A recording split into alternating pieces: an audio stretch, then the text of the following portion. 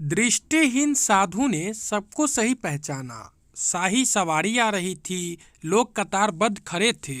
राजा के प्रति प्रजा में सम्मान था, क्योंकि राजा सदा प्रजा के हितों का ख्याल रखता था और साधु संतों तथा विद्वानों का हमेशा सम्मान करता था।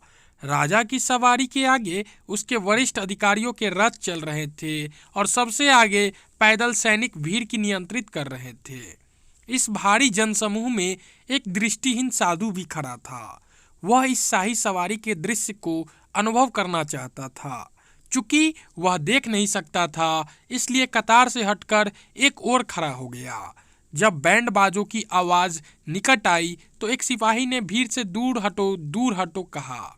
यह सुनकर साधु जोर से बोला, समझ गया। उसके बाद राजा के वरिष्ठ अधिकारियों के रथ एक एक करके गुजरने लगे और सभी को सख्त लहजों में दूर हटने का आदेश देते रहे।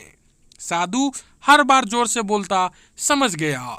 इसके पश्चात राजा की सवारी आई। राजा ने एक तरफ खड़े दृष्टिहीन साधु को कहा।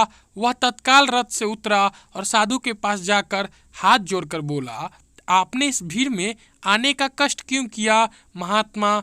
आपको इस भीड़ में चोट लग सकती है। आप आदेश देते तो मैं स्वयं आपकी सेवा में हाजिर हो जाता। साधु ने इस बार भी कहा, समझ गया। राजा ने पूछा, आप क्या समझ गए महात्मा? तब साधु बोला, यही कि पहला व्यक्ति आपका सिपाही था और उसके बाद एक एक करके आपके वरिष्ठ अधिकारी निकले और अब स्वयं आप है राजन। राजा ने पूछा, यह आप कैसे समझे महात्मा? साधु बोला, मैंने सुना था कि इस राज्य की प्रजा बहुत सुखी है, क्योंकि यहाँ का राजा प्रजा हितकारी है।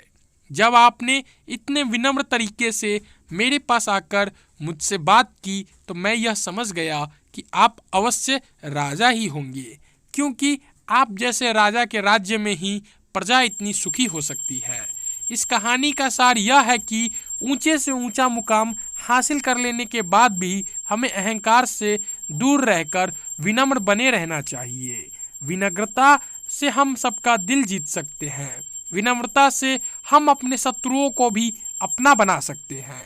दोस्तों, आशा करता हूँ कि आपको ये कहानी पसंद आई होगी। ऐसे ही हर रोज़ एक नया कहानी सुनने के लिए और कुछ ज्ञान पाने के लिए हमारे चैनल को सब्सक्राइब कर